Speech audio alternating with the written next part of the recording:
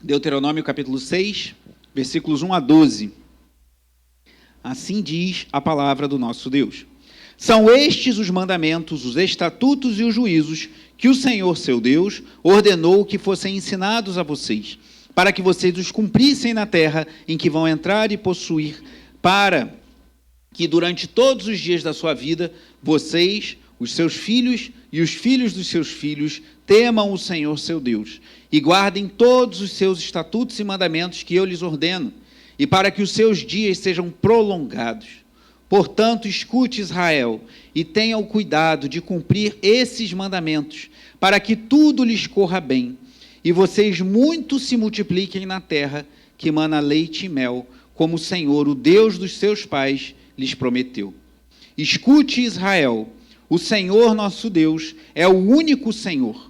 Portanto, ame o Senhor, seu Deus, de todo o seu coração, de toda a sua alma e com toda a sua força. Estas palavras que hoje lhe ordeno estarão no seu coração. Você as inculcará a seus filhos e delas falará quando estiver sentado em sua casa, andando pelo caminho, ao deitar-se e ao levantar-se. Também deve amarrá-las como sinal na sua mão, e elas lhe serão por frontal entre os olhos. E você as escreverá nos umbrais de sua casa e nas suas portas. Quando, pois, o Senhor, seu Deus, tiver levado vocês para a terra que, sob juramento, prometeu a seus pais, Abraão, Isaque e Jacó, que daria a vocês uma terra com grandes e boas cidades, que vocês não construíram, com casas cheias de tudo que é bom, que vocês não encheram, com poços abertos que vocês não cavaram, com vinhas e olivais que vocês não plantaram, e quando vocês comerem e se fartarem, tenham o cuidado de não esquecer o Senhor, que os tirou da terra do Egito, da casa da servidão. Até aqui a palavra de Deus. Oremos mais uma vez. Pai amado, Pai bendito, eu te louvo, Senhor, por esse texto tão precioso da tua palavra, por esses ensinamentos que tanto nos edificaram ao longo de todo o ano de 2025, e que creio que será bênção também para a tua igreja nessa noite e para outros que no futuro terão acesso a esse conteúdo. Senhor, edifica-nos como igreja, como uma família integrada, como a igreja e a família como uma unidade, como algo que caminha junto, e que o Senhor seja glorificado em nossas vidas e nossas igrejas, e que essa visão que eu creio que o Senhor tem me dado para a nossa igreja local venha a frutificar, a prosperar, e que hoje seja uma pequena semente, um pequeno degrau, rumo a cumprirmos os teus propósitos, a tua vontade para as nossas vidas, famílias e igreja. Abençoa a vida do teu povo, fala, que eu possa falar tudo aquilo que o Senhor deseja que seja ministrado ao teu povo nessa noite, na autoridade do nome de Jesus. Amém. Os irmãos podem sentar.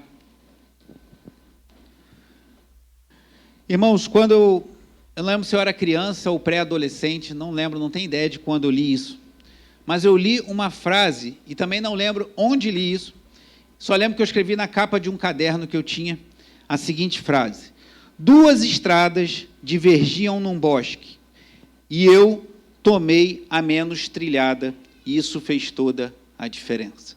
Vou ler novamente. 2 estradas divergiam num bosque, e eu tomei a menos trilhada, e isso fez toda a diferença.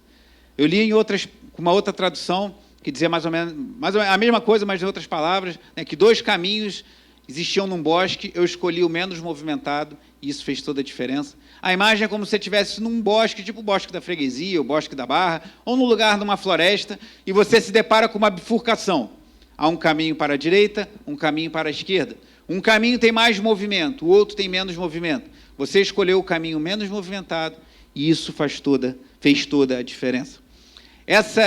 Esse trecho é de um poema do autor Robert Frost, chamado A Estrada Não Trilhada, publicado em 1916. Quando eu li isso a primeira vez, como eu falei, não lembro a idade que eu não tinha ideia de quem era esse homem. E hoje eu também confesso que não conheço a respeito dele, pretendo até pesquisar, mas não tive tempo de fazer isso até preparar essa mensagem.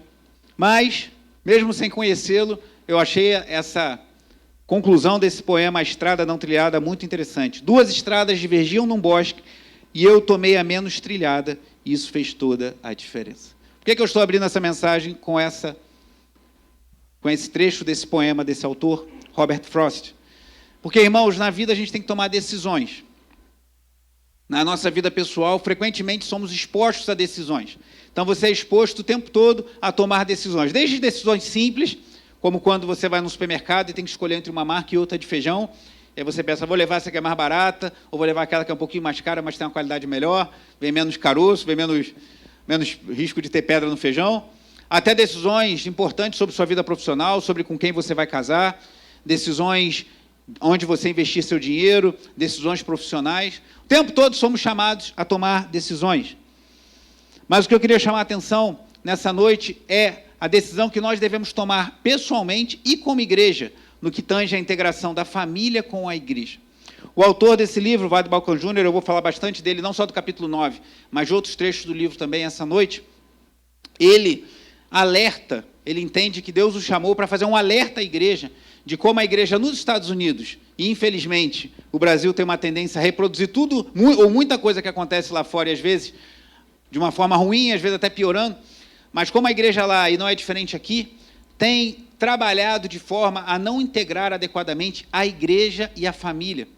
Investimos em jovens, investimos em adolescentes, investimos na terceira idade, investimos em homens e mulheres e casais, e tudo isso tem o seu valor, mas as famílias pouco têm buscado a Deus juntos e pouco têm sido estimulado a isso na igreja, nas igrejas de forma em geral, claro que não todas. Ontem, quando estávamos lá no batismo, eu creio que ali foi o momento que sacramentou para mim, além de ser o sacramento do batismo, mas para mim ficou muito clara essa visão que eu creio que Deus tem me dado e que Deus já deu a esse irmão e a muitos outros. Ele não é a única voz que faz essa denúncia e nem a única voz a propor caminhos. E eu não sou o único pastor que abriu os olhos para isso, há muitos outros que têm atentado para isso, da importância de integrarmos família e igreja de uma forma mais efetiva. E ontem, ao vermos o batismo de 3 jovens, adolescentes, que cresceram em nossa igreja, de 3 famílias que são da igreja, eu convidei os pais a trazerem uma mensagem, e a gente ouviu palavras muito tocantes ali, tanto do Nelson, pai do Daniel, quanto do Bruno, pai da Alice, quanto da Nathalie, mãe da Maria Vitória, que foram os nossos jovens batizados ontem, e foi muito emocionante ouvi-los, e ouvir os pais ali falando um pouco sobre a conversão dos seus filhos, quanto também pedir a pessoas da igreja que falassem um pouco também, e ouvimos pessoas falando de cada um desses jovens. E ali, quando estava nas águas, ali na piscina, na casa do casal Sérgio e André, ali no batismo deles 3, ficou muito forte no meu coração que eu estava vivendo ali um pouco do que eu creio que Deus está nos chamando a viver como igreja. A família e a igreja conectadas. O que é feito na igreja tem impacto nas famílias, e o que acontece nas famílias tem impacto na igreja. Isso que eu estou falando para vocês, você que é membro da nossa igreja nos últimos 6 anos em que eu estou aqui, você sabe que não é novidade nenhuma. Frequentemente eu falo da importância do culto familiar, por exemplo, da importância das famílias cultuarem em casa, e não é novidade, temos irmãos, perdoe-me citar diretamente, mas eu sei que ela não tem problema com isso, mas a Lia Ferreira fala constantemente que a sua família tem o hábito do culto doméstico, isso não é nenhuma novidade, né? Sua mãe já faz isso há muitos anos, e muitas famílias antigamente tinham esse hábito de se reunir para cultuarem juntos, lerem a Bíblia. O que é o culto doméstico? Não tem oferta, não tem ceia, não tem pregação de meia hora nem 40 minutos, tem o quê? Louvor, oração e uma breve reflexão na palavra que algum dos membros da família traz. Só isso. Mas quanta diferença faz e como, infelizmente, as igrejas têm deixado de estimular a prática do culto familiar a alguma das coisas que o autor fala nesse livro, que é muito importante. Então, qual é a questão? A gente entender que para termos igrejas saudáveis, precisamos ter famílias saudáveis na fé e precisamos integrar essas famílias à vida da igreja. É simples assim. No final, não do 9º, mas do 10º e último capítulo desse livro, a última frase que o autor escreve, no último capítulo desse livro, Família Guiada pela Fé, o capítulo 10, a última frase é a seguinte: a família é a chave. E se tem algo que eu gostaria que ficasse marcado no seu coração essa noite, é essa frase: a família é a chave. Você pode repetir comigo? A família é a chave. E talvez você pense: ah, mas eu sou viúva, ou então eu nunca casei, ou casei, mas não tenho filhos. Isso não vale para mim? Certamente vale para você. Ou eu sou solteiro. Seja qual contexto familiar você esteja inserido, você pode contribuir com outras famílias, ou você pode edificar, seja a sua família ou a família de quem está ao seu lado. Mas famílias fortes, como há um livro do Wayne Grudem que se chama Famílias Fortes, Igrejas Fortes, Eu creio, como diz o autor aqui citado, a família é a chave. Se queremos uma igreja forte, se queremos discípulos verdadeiros de Jesus Cristo, precisamos investir em famílias e não somente investir, mas saber a melhor forma de fazer isso. E é isso que o autor fala nesse livro. Eu queria fazer um breve resumo do que ele falou dos capítulos 1 a 8, porque do capítulo 1 a 8 do seu livro, ele faz uma sucinta exposição de Deuteronômio 6, versículos 1 a 12, o texto que lemos no início. Ele faz, na verdade, do 4 ao 12, ele expõe, nos 8 primeiros capítulos desse livro, ele expõe Deuteronômio 6, 4 a 12. E eu vou lembrar aqui aos irmãos, e depois esse material também está lá nos vídeos curtos que eu gravei ao longo do ano, você pode rever se assim desejar, mas ele começa falando sobre Deuteronômio 6, no capítulo 1 do livro. Eu vou fazer esse breve resumo, eu peço que você esteja atento, que ele deu o título assim, Explorando o Terreno. E ele fala algo chocante. Ele fala que estatísticas lá nos Estados Unidos afirmam que de 70% a 88% dos adolescentes cristãos deixam a fé no segundo ano da faculdade. 70 a 90, 88 é praticamente 90. Se você quiser ser otimista, vamos ficar nos 70%. De cada 10 jovens que adentram as faculdades norte-americanas, 7, pelo menos, se desviam da fé. Aqui no Brasil é diferente? Ou é muito diferente? Quem conhece jovens, seja da sua família, ou da família de alguém, ou da nossa igreja, ou de outra igreja, quem conhece jovens que entraram na faculdade e algum tempo depois se desviaram da fé? Eu conheço vários. Eu trabalhei com jovens muito tempo lá na Igreja da Freguesia, fui quase 6 anos líder de jovens, e por 7 anos fui líder do Geração Ação, que é o trabalho de jovens de toda a denominação, e vi isso acontecer muitas vezes. Então, aqui no Brasil não é diferente. E ele chama esse primeiro capítulo Explorando o Terreno, ele faz esse alerta. Os nossos jovens não estão permanecendo na fé, muitos deles, ao adentrarem a vida adulta, ao adentrarem nas universidades. E as universidades brasileiras, irmãos, estão muito complicadas. Está muito difícil. Ele diz aqui, numa parte do livro, na página 15, a maioria dos pais prioriza o dever de casa e os esportes sobre a presença na igreja ou numa reunião de mocidade. Você conhece pais assim? Eu conheço muitos, que estão muito preocupados com o estudo dos seus filhos, não pode ir mal em uma prova, não pode deixar de estudar para uma matéria, não pode deixar de cumprir nenhuma obrigação escolar, está muito preocupado em o filho fazer o seu esporte, ser um jogador de futebol, mesmo que seja amador, fazer a sua natação, o seu judô, o seu jiu-jitsu, e nada de errado com isso. Nada de errado dos nossos filhos praticarem esporte, nada de errado de nós colocarmos nossos filhos para estudar, mas o alerta que ele faz é o seguinte, estamos dando a mesma medida que exigimos para a formação educacional acadêmica dos nossos filhos e nos esportes para a vida espiritual. Se seu filho faltar uma prova, como você fica? Mas se ele faltar um dia no culto, como você fica? Se seu filho deixar de estudar para uma prova, você fica nervoso? Mas se ele deixar de ler a Bíblia, você tem a mesma angústia e preocupação? Não temos, irmãos. E aí a gente começa a entender a raiz do problema. E nesse primeiro capítulo, Explorando o Terreno, ele começa a trazer um panorama do problema grave que se abate sobre os jovens e adolescentes norte-americanos e que no Brasil não é nada diferente. Eu lembro que eu organizei um evento de jovens, não sei se Sara estava lá, no sítio da Igreja do Jabu, que era em Campo Grande. A Igreja do Jabu já até vendeu esse sítio. E lá no dia quem pregou foi o pastor John, e trouxe uma palavra muito contundente, muito abençoadora. Em certo momento ele falou assim, pessoal, se daqui a 1 ano for organizado um evento como esse, eu tenho certeza que tem jovens que estão aqui nesse lugar, que não estarão aqui, que estarão se desviados da fé. E todo mundo ficou assim, mas como é que o pastor fala um negócio desse? E sabe quem estava do meu lado nesse momento? Meu irmão André. E sabe onde ele estava 1 ano depois? Desviado da fé. Quantos jovens eu preguei em reuniões de Geração Ação? 7 anos, irmãos. Eu preguei mais de 50 Nova Vidas. Organizei eventos de toda sorte, de vocação e carreira, de sexualidade, de redes sociais, viagens missionárias, ações evangelísticas. Não faltou atividade. Quantos eu vi caminhando? Tem um jovem que era um dos mais ativos no Ministério de Jovens da nossa denominação, antes de eu assumir a liderança do Geração Ação. Esse jovem hoje é militante da causa LGBT. Ele é um militante fervoroso da causa, se assumiu homossexual, e é um militante fervoroso da causa LGBT. Quantos jovens soubemos que se desviaram, que se envolveram com drogas, com sexo ilícito? Eu lembro de um jovem que foi em nossos retiros, Silvia deve conhecê-lo, que foi em nossos retiros, com certeza, de juventude, e começou a se envolver com droga, e sua vida foi ceifada numa das comunidades, numa favela aqui no Rio de Janeiro, por overdose. Morreu no alto do morro, os traficantes de manhã jogaram seu corpo na pista, para a polícia não ter que subir para buscar. E assim foi o fim de um jovem que esteve em alguns dos nossos retiros da Igreja da Freguesia. E eu conheci. Outro jovem, esse não era membro da igreja, ele foi como visitante no retiro de 2008, inclusive era ligado até à família do falecido pastor Alessandro. Ele foi no retiro, tipo em fevereiro. Antes do meio do ano, ele cortou os pulsos e morreu, ele se suicidou. Um jovem que estava... Eu, quando recebi essa notícia, eu senti uma amargura na alma.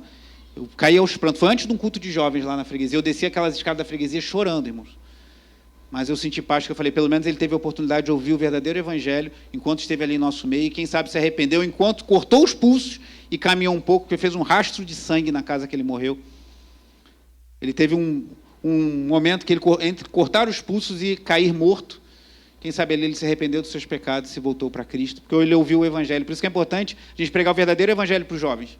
Se ele tivesse no nosso retiro só ficasse oba, brincadeira, que não sei o quê, talvez eu tivesse ficado muito preocupado com a alma dele. Mas ele ouviu o evangelho. Ele estava no nosso meio.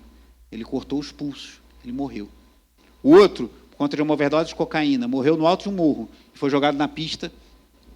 E a família teve a dor de enterrar um jovem de 20 e poucos anos por overdose de cocaína. Então, a situação no Rio de Janeiro, longe de ser diferente da do Vale do Balcão Júnior, lá nos Estados Unidos. A juventude está perdida. A juventude está...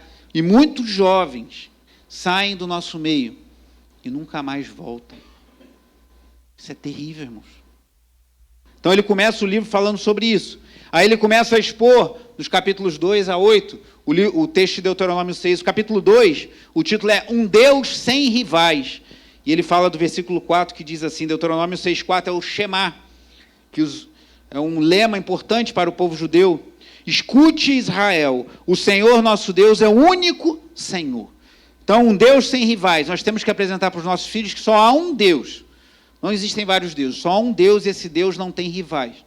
No capítulo 3, ele fala, aprenda a amar, a partir de Deuteronômio 6,5, que diz, portanto, ame o Senhor, seu Deus, de todo o seu coração, de toda a sua alma e com toda a sua força.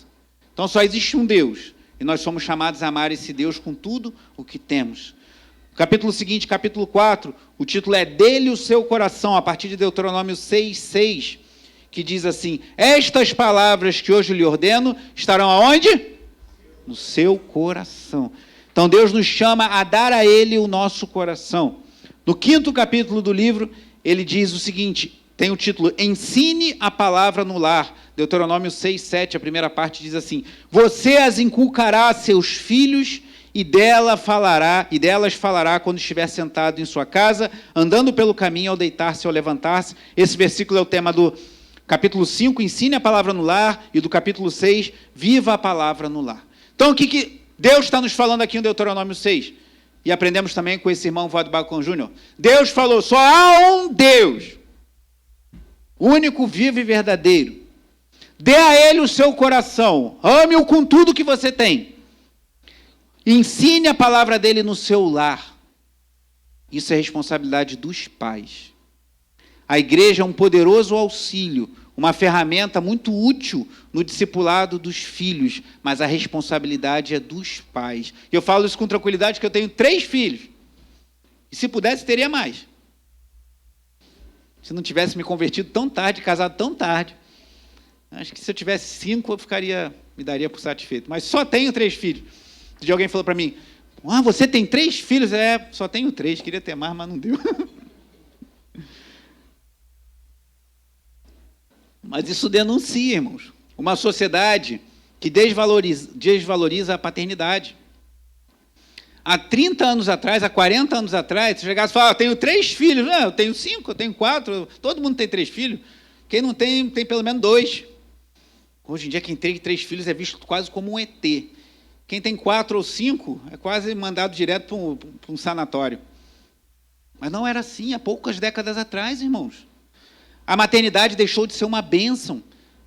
E mulheres ou casais que querem ter mais filhos hoje são tratados como loucos. Não estou falando que todo mundo aqui tem que ter um monte de filho, cada um tem que saber a sua realidade, cada um tem a sua vida. Por exemplo, Deus me alcançou já com 22 anos, eu todo errado, uma vida toda torta. Já fui casar já com 31.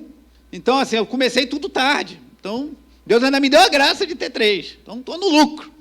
Mas cada um vive a sua vida. Mas a gente precisa se levantar contra essa maré que trata filhos como um peso. O Vade Balcan Júnior fala no livro dele, as pessoas querem casas cada vez maiores, carros cada vez mais novos e cada vez menos filhos. Por que as pessoas querem apartamentos cada vez maiores, cada vez casas mais espaçosas, cada vez mais dinheiro, mas cada vez menos compromisso? E filho dá trabalho, filho dá compromisso.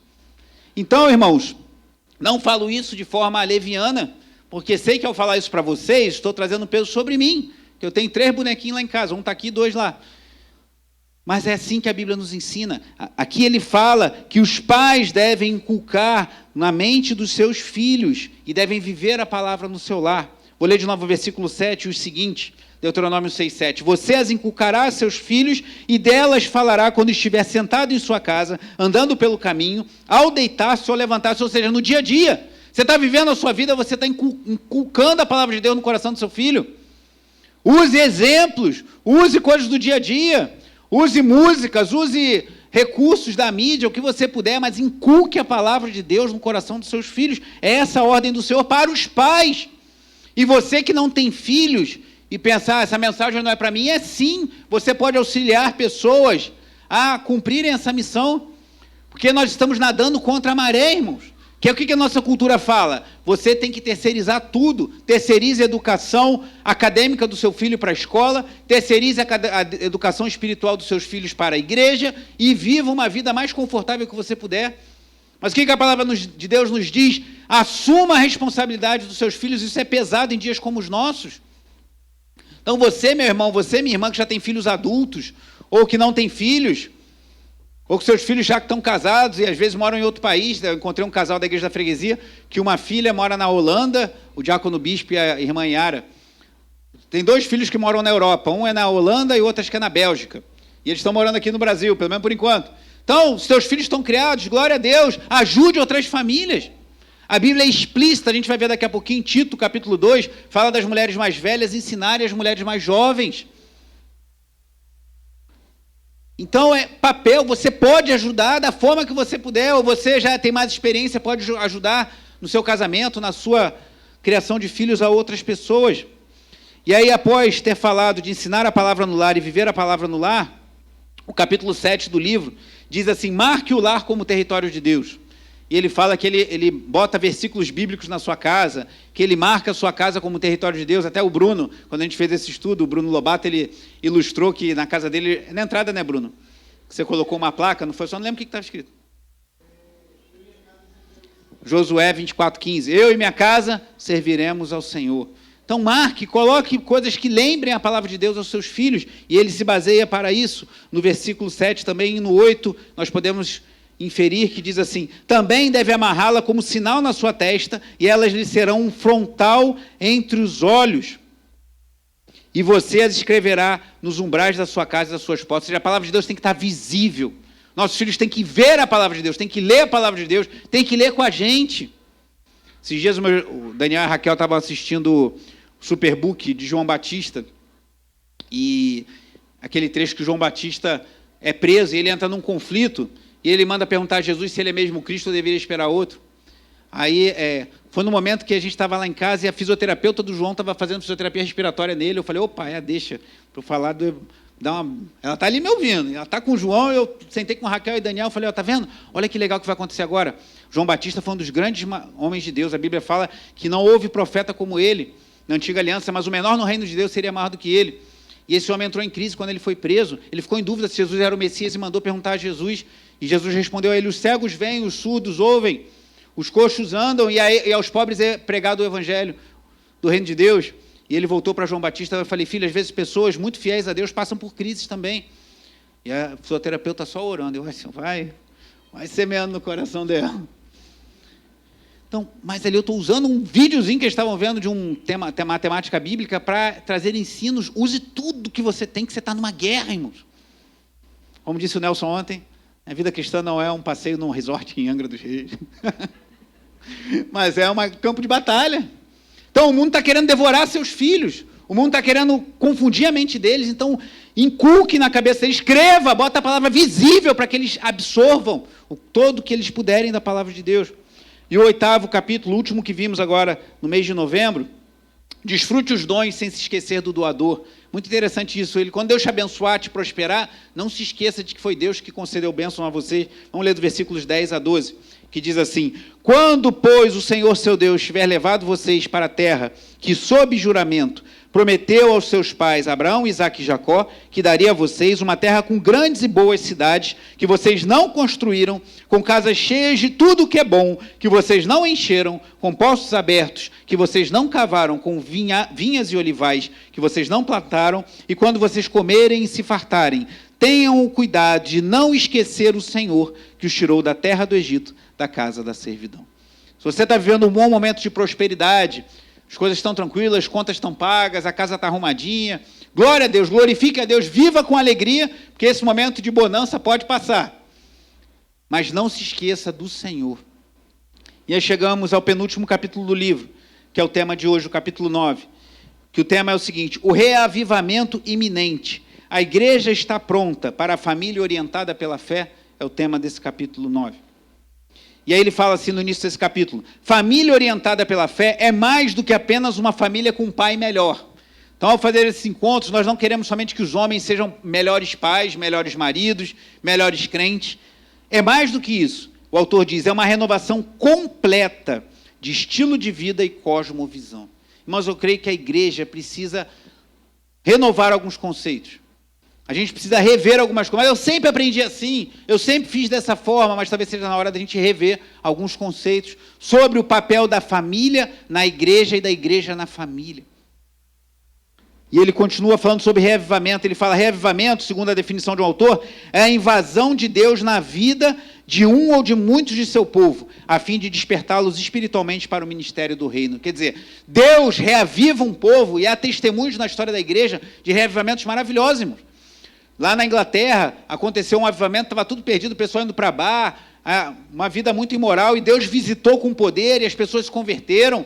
No país de Gales, acho que em 1904, houve um avivamento tão poderoso, que lá era uma região portuária, os navios iam chegando naquela região, navios, como temos aqui o Porto do Rio de Janeiro, chegavam lá no país de Gales, e Deus visitando com poder aquele lugar. As pessoas começavam a se converter dentro dos navios.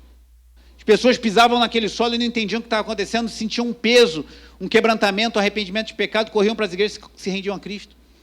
Isso é o que Deus faz quando Ele aviva um povo. É uma obra soberana e vertical de Deus. A gente ora, clama por avivamento, mas é obra do Espírito Santo. Nós não podemos controlar. Não, por isso que nós não marcamos culto de avivamento. Domingo que vem, às 19 horas, teremos o nosso culto do avivamento. Não cabe a nós avivar a igreja, cabe a nós pregar o evangelho e orar por avivamento. Mas quem aviva é o Senhor. Mas quando Deus aviva, quando Deus visita, é poderoso. E o que esse autor diz nesse capítulo é que ele crê que esse renovo das famílias entenderem melhor o seu papel de discipularem os seus filhos pode ser uma pequena nuvem de um grande avivamento que Deus trará sobre a igreja. E que assim seja. Que Deus começa grandes obras com pequenas nuvens. Lembra do profeta? O que você vê? Veja uma pequena nuvem do tamanho da mão de um homem, disse o seu servo. E ali começava um grande avivamento, uma grande chuva que vinha nos dias de Acabe. Então Deus, eu creio que está unindo, vá comigo no livro do profeta Malaquias, no capítulo 4, os últimos versículos do Antigo Testamento. Malaquias 4.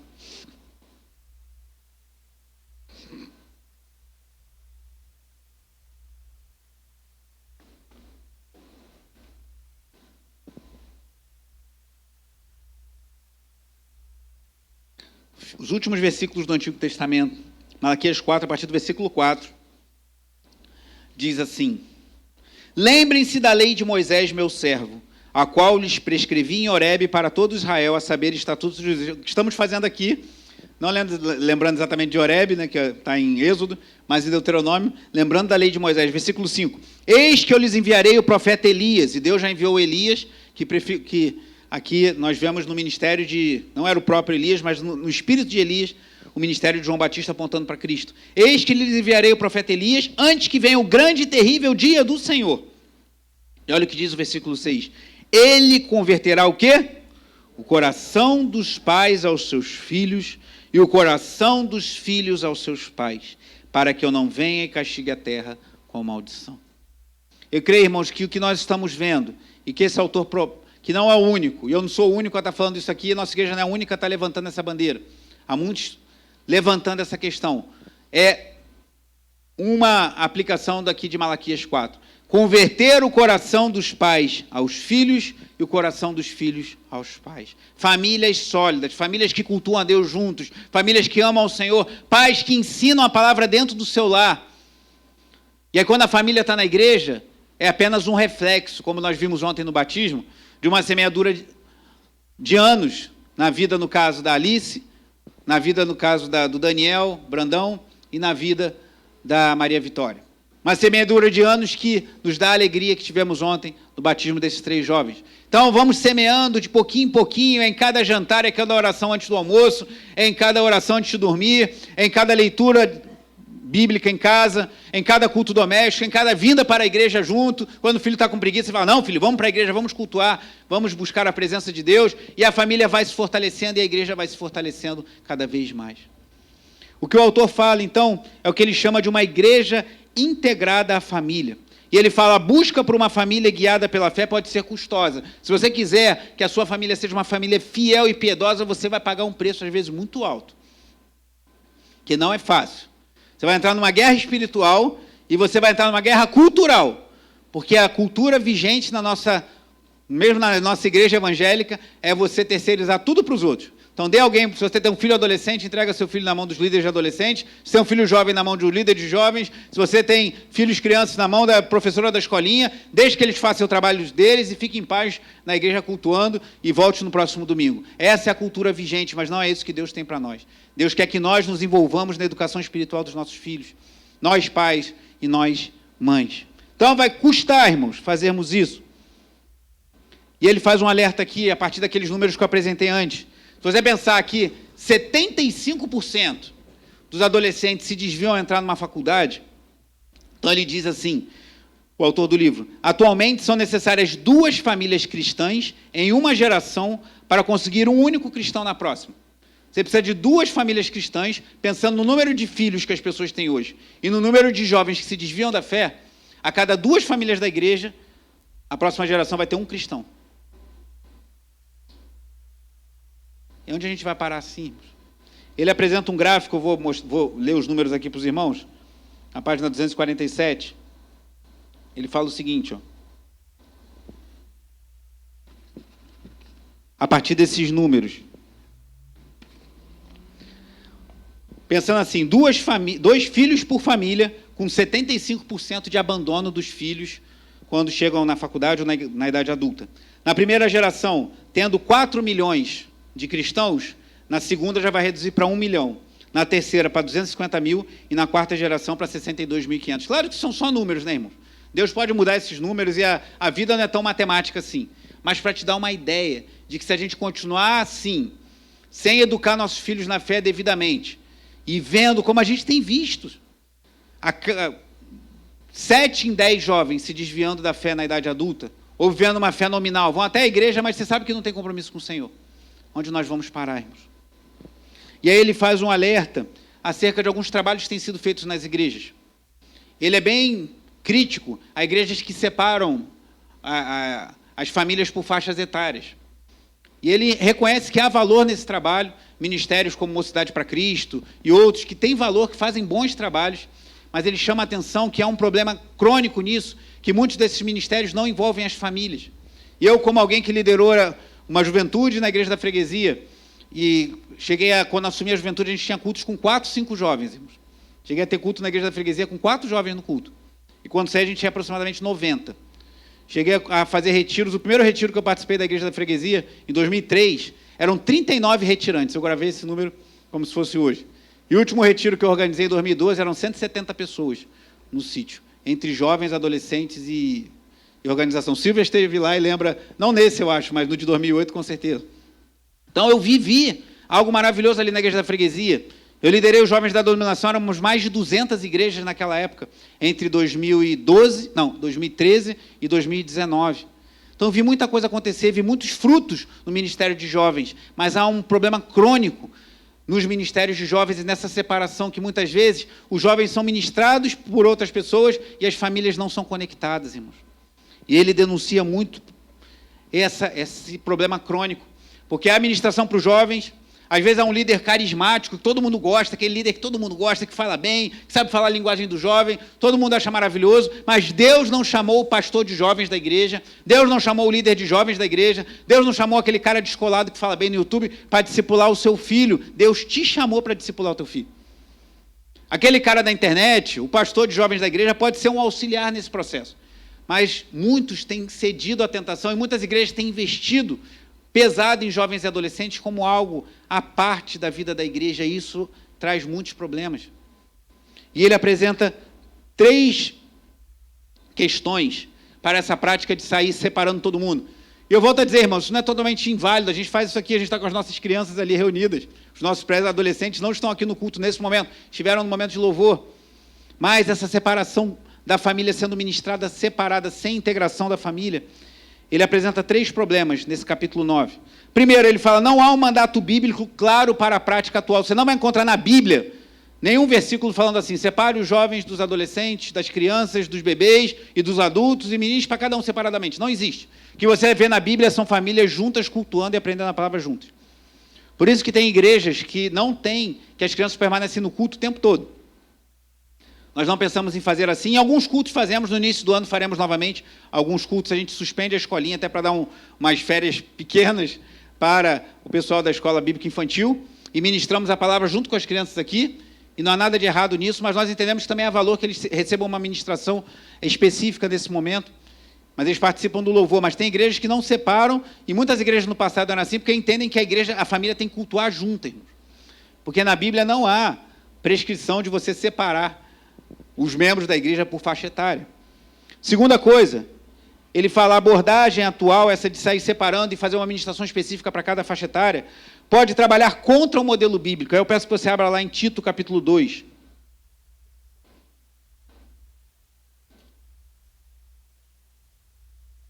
Epístola de Paulo a Tito, capítulo 2, que é um texto muito usado para falar de liderança de jovens.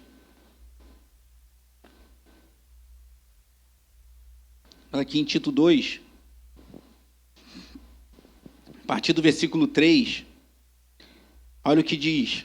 Para as irmãs aqui que estão na terceira idade e pensam que não tem mais como somar na igreja, olha o que diz aqui Tito 2, 3. Do mesmo modo, quanto as mulheres idosas que tenham conduta reverente, não sejam caluniadoras, nem escravizadas a muito vinho, que sejam mestras do bem, a fim de quê? Destruírem as o quê?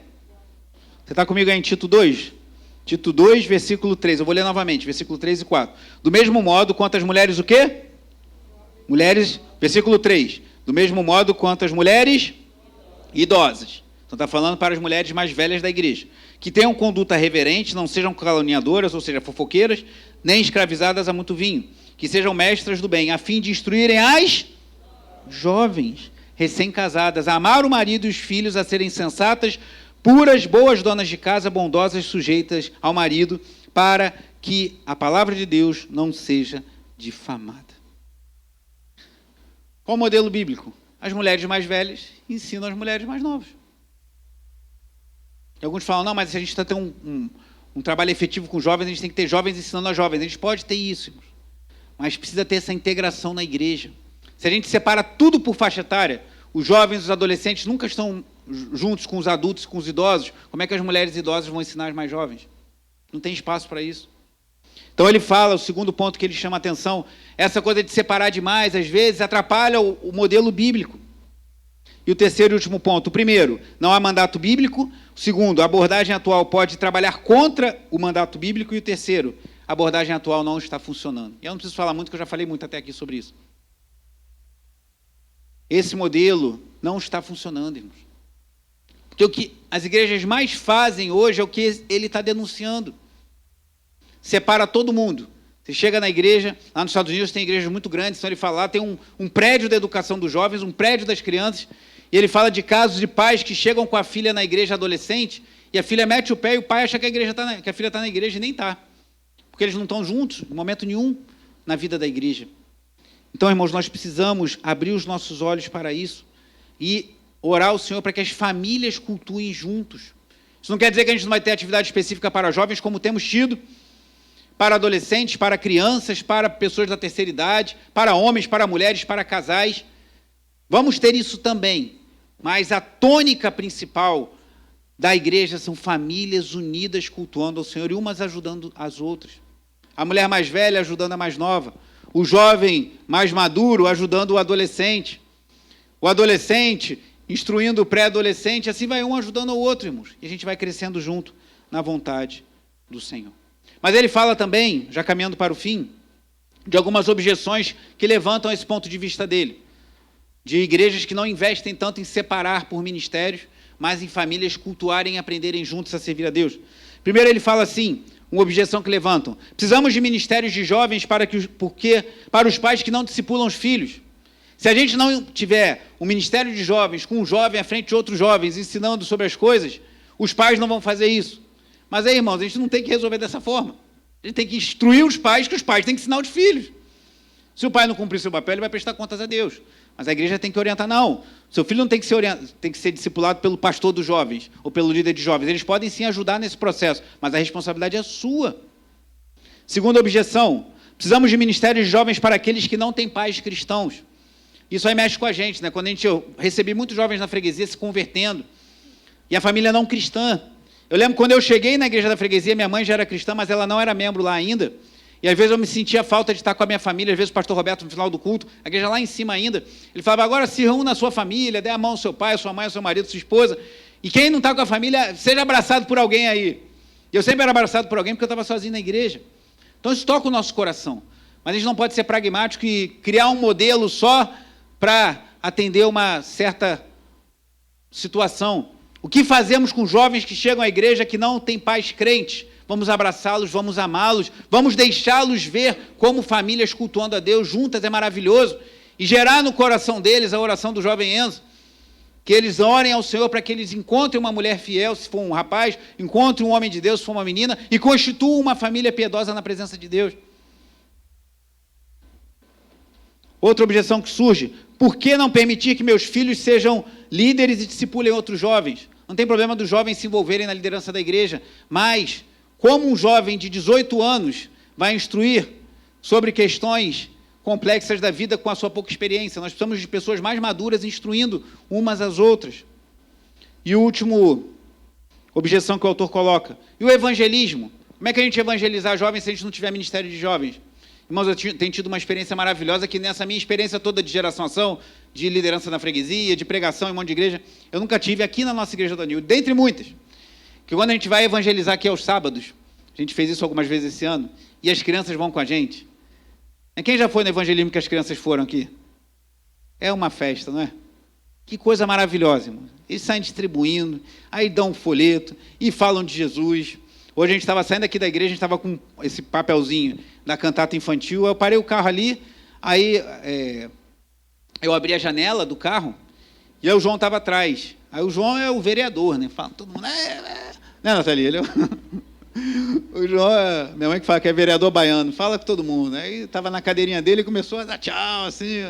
Aí eu olhei assim do lado, vi uma família rindo para o nosso carro, que não sei o quê, eu falei, já sei, é o João. Olhei para trás, está lá o João, falando todo mundo.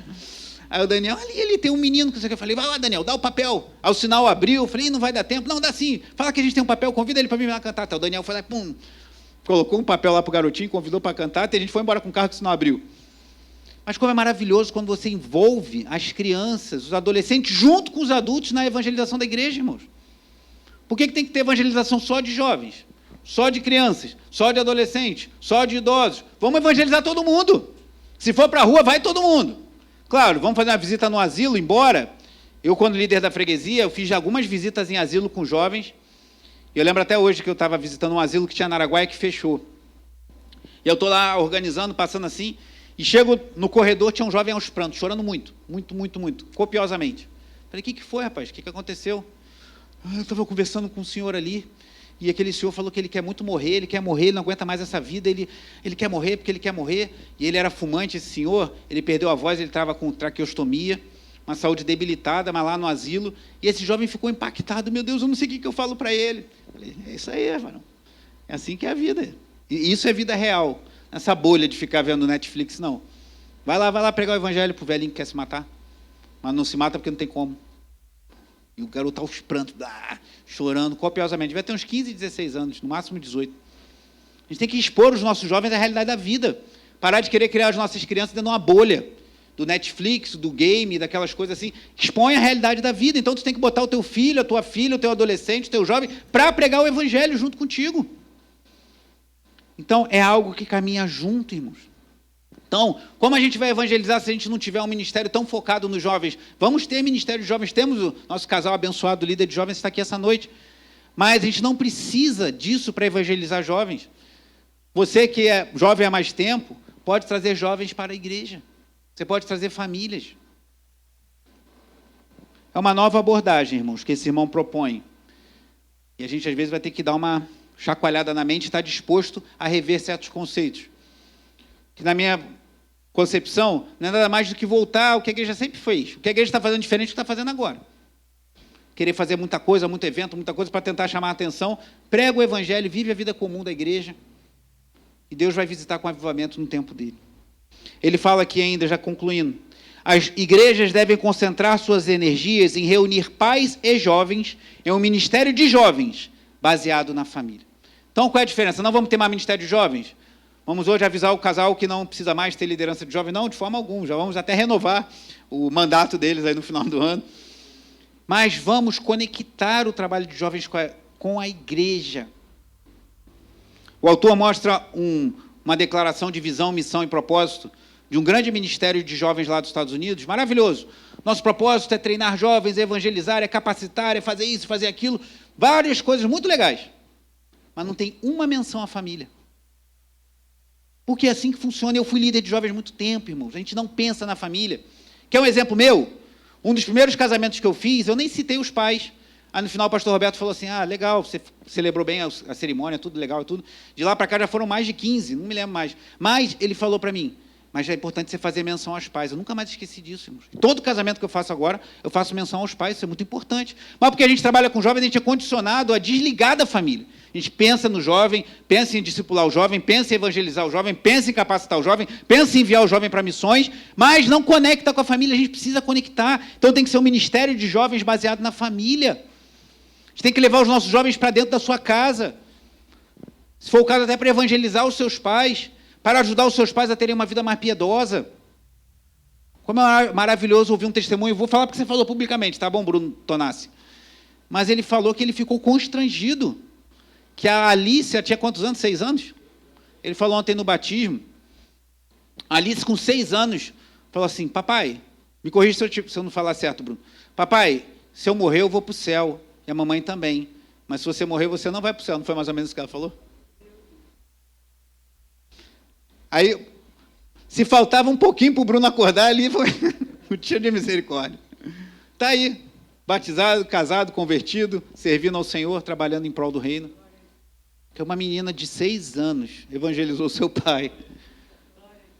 Tudo bem que a Alice é outro patamar, né? Mas temos outros jovens e crianças aqui na igreja que são muito abençoadas também, irmãos. Creia no potencial que Deus colocou dentro da sua casa, na vida do seu filho, da sua filha. Invista nele, mas não desconecte a igreja da família. Família e igreja precisam estar. Lembra do que falei no início, a última frase do último capítulo do livro. A família é a chave. A família é a chave.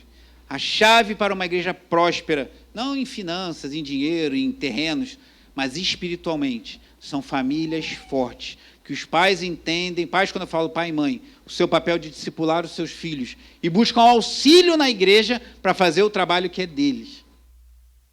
E nisso Deus vai sendo glorificado. Para concluir, irmãos, lembra que eu falei daquela frase que lia muitos anos atrás, quando criança ainda, daquele autor que depois eu vim a descobrir o nome dele, Robert Frost. 2 estradas divergiam num bosque. Eu tomei a menos trilhada, e isso fez toda a diferença. 2 caminhos. Há o caminho mais fácil e mais óbvio. Você delegar a educação espiritual dos seus filhos a algum especialista. Há um líder de jovens, há um pastor de adolescentes, há uma igreja que tem um trabalho maravilhoso com crianças. Volto a dizer, isso por si só não é errado. Mas que isso seja um auxílio para o papel que é nosso, de discipular os nossos filhos no verdadeiro evangelho.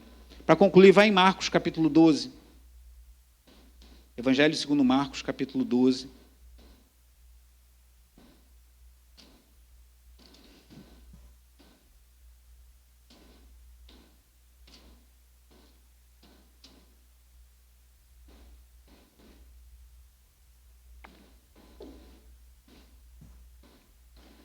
Marcos 12.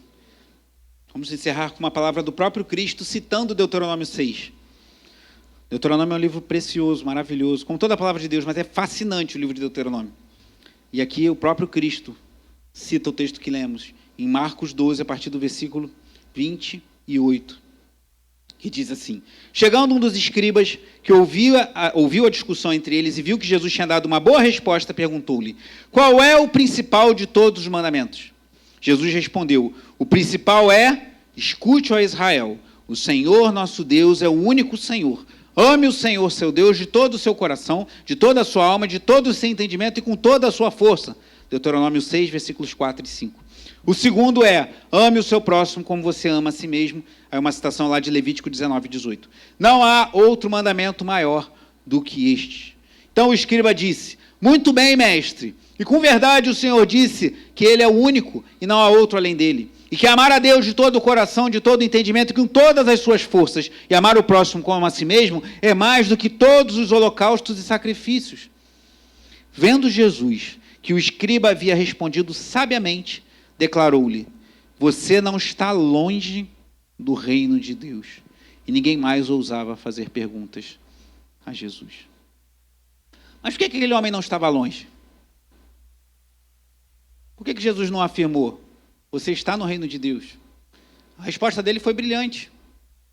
Amar a Deus acima de todas as coisas e o próximo como a si mesmo resume a lei e os profetas, como Jesus vai dizer lá em Mateus 20, 37. Mas faltava alguma coisa, irmãos. E aí digo eu, não o Senhor, na minha leitura, para Jesus ter falado isso: você não está longe, porque o rei do reino estava ali.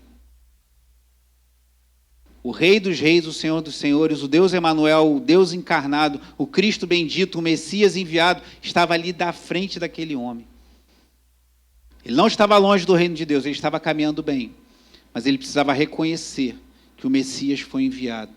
Precisava reconhecer que Jesus Cristo é o Messias enviado.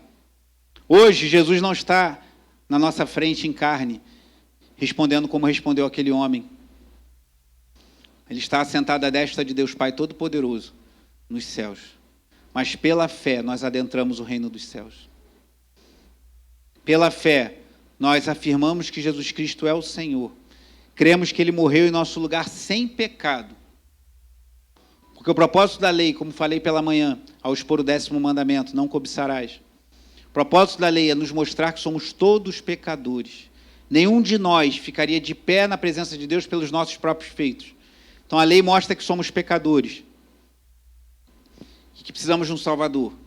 E o Evangelho mostra que o Salvador já veio. É Jesus Cristo, nosso Senhor. Então o reino de Deus não está longe para você, escriba, versado na lei. Mas para nós que vivemos depois do sacrifício de Jesus, da sua morte, ressurreição e ascensão aos céus, nós já estamos no reino de Deus pela fé. Pois nós confessamos e cremos que Jesus Cristo é o Senhor. E é isso que temos que ensinar aos nossos filhos, irmãos. Se você planeja que seu filho tenha uma boa carreira profissional, você não faz nenhum mal nisso. Que ele tenha uma boa atividade física, acadêmica, esportiva, não necessariamente você faz um mal nisso. Mas, sobretudo, ore a Deus para que seu filho ame ao Senhor com todo o seu coração, com toda a sua força, com todo o seu entendimento, com tudo que ele tem. Agostinho de Hipona afirmou: ame a Deus e faça o que quiseres. Que se o teu filho, se a tua filha, e eu falo isso sendo as minhas palavras, que o Daniel, que a Raquel, que o João amem a Deus e conheçam a Cristo. E é o que eles fizerem na vida profissional. Se eles vão ter muito ou pouco dinheiro, se eles vão ter mais ou menos filhos, se eu vou ter idade para ver meus netos, que eu já comecei tarde, então já estou no prejuízo. Eu não sei. Mas se eles amarem a Deus acima de todas as coisas, e reconhecerem Cristo e viverem para a glória dele, isso me basta. Você pode orar para que seu filho entre numa boa faculdade, seu filho tenha uma boa carreira, seu filho tenha uma vida econômica estável, tenha um bom casamento, tenha um bom carro, um bom apartamento, zero problema nisso. Mas acima de tudo, e muito acima, ore para que seu filho e sua filha conheçam Jesus Cristo. Oram para que seu filho e sua filha reconheçam que Jesus é o Senhor. Dobrem seu joelho diante dele. Porque no juízo final, diploma de Harvard não vai valer nada. Experiência profissional, dinheiro, posses, carros, bens, riquezas, nada disso vai valer. No juízo final, o que vai fazer a separação entre aqueles que ouvirão: vinde benditos do meu Pai, para o reino que está sendo preparado para vocês desde a fundação do mundo, daqueles que vão ouvir: malditos, seja jogado no inferno de lago e enxofre. O que vai dividir é a fé em Jesus Cristo como Senhor e Salvador da sua vida. Deseje isso para o seu filho mais do que tudo. E gaste tudo o que você tem. Dinheiro, tempo, cansaço, paciência, tudo que você tem, para que seu filho conheça a Cristo. E para que Cristo seja conhecido por ele. E se você não tem filhos, ou você não é casado, ajude pessoas nessa missão que é árdua. Ainda mais em dias como os nossos. E Deus vai te abençoar. Deus vai se agradar da sua vida. De você ser um colaborador para que pessoas façam com que sua família seja uma família que ame ao Senhor. E a minha oração como pastor dessa pequena congregação é que a nossa igreja seja uma igreja integrada às famílias. Que as famílias amem ao Senhor juntos. Que as famílias cultuem a Deus juntos. Que as famílias entendam o papel da igreja de ser um facilitador para o papel que é dos pais, de ensinar seus filhos na fé. E que a semeadura que você está fazendo hoje, daqui a 5, daqui a 10, daqui a 15, daqui a 20 anos, você tenha a alegria de colher frutos verdejantes na presença do Senhor. Amém? Nós vamos participar da ceia do Senhor.